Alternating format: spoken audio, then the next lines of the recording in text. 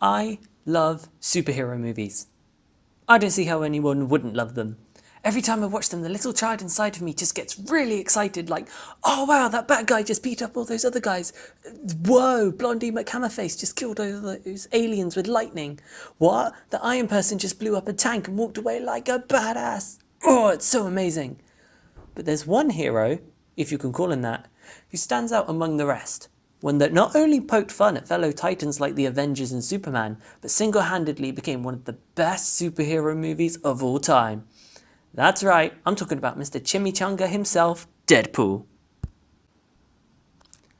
If you look closely at Deadpool's story, you will notice that it follows Tzvetan Todorov's narrative structure. This is in 5 parts. Number 1, the equilibrium. This is where everything is normal, just people doing people things, going about their normal lives until BAM! There's a disruption in the equilibrium. Everything is changing, something's going wrong. Big bad guys coming to destroy the city, nature is gonna... This leads into step 3, the recognition of the disruption. This is where the protagonist, whoever that may be, will recognize the disruption, obviously, and that leads into step 4, the attempt to repair the damage. If they're successful in doing that, they will reach step 5, which is a brand new equilibrium. Deadpool is a strange film, seeing as Todorov's narrative structure theory is played twice throughout the entire film. The first time it's played out is more like an origin story. Wade Wilson is an ordinary mercenary threatening the stalker, hanging out with his girlfriend until suddenly, BAM! He learns he has cancer.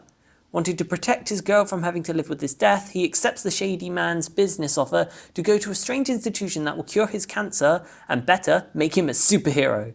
The bad thing is, the subjects receive constant torture and the lead operator Ajax, leaves Wilson with a, oh my god, I'd say kill it with fire, but it looks like he's been through one. Of course, Wade escapes with minor injuries and vows to make himself hot again. The second story arc is where the film opens on. Wilson, now under the alias Deadpool, goes through all the known accomplices of Francis until he finds out where he is. He almost gets him, but Colossus gets in the way and Ajax escapes. To kill Deadpool, he kidnaps his girlfriend and keeps her as bait. Wade rushes to the rescue and is able to kill Francis and learns his girl loves him despite his ballsack face.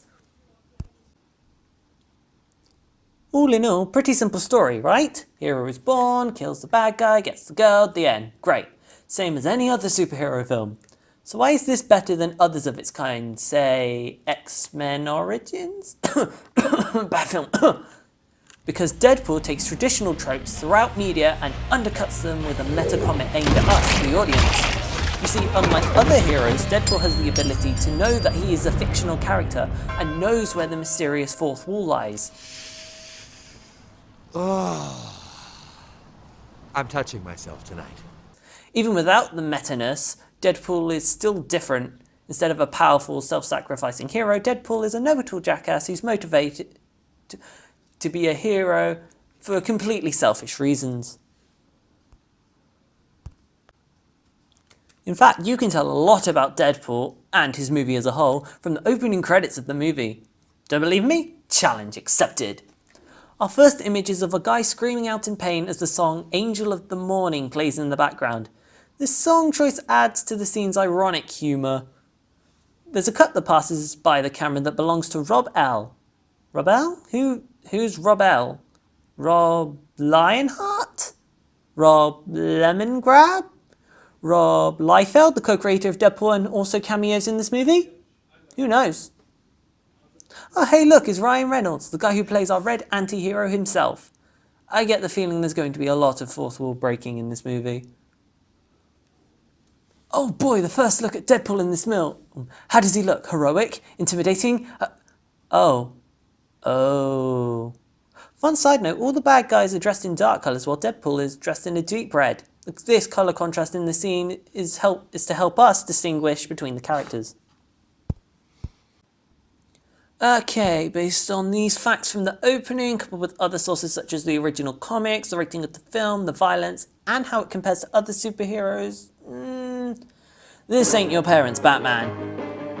In all seriousness, this is an incredible movie and it had an incredible cast and crew to to bring the Merc with a Mouth to life. Tim Miller did a great job at directing, Rhett Reese and Paul Wernick couldn't have done a better job at writing the script. Ryan Reynolds was the perfect actor to play Deadpool, and he has stated that he wanted to take the character back to his roots after his poor appearance in X-Men Origins. Anyway, I enjoyed it, you enjoyed it, and you haven't watched it yet, then you should go and do that right now. Like, right now. I mean, that's where I'm going now. Okay. Bye. I'm gonna go watch the film. It's gonna be great. Bye.